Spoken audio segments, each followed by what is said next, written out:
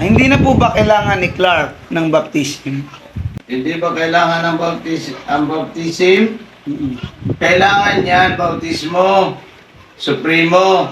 Kailangan ng bautismo kapag ikay naligtas na, binautismo ka sa Espiritu, tinanggap mo si Kristo bilang Panginoon mo at tagapagligtas, kailangan mo supremo na magpabautismo. Kaya maghanap ka ng mga born again Christian dyan na itinuturo ang ating Panginoong Jesucristo.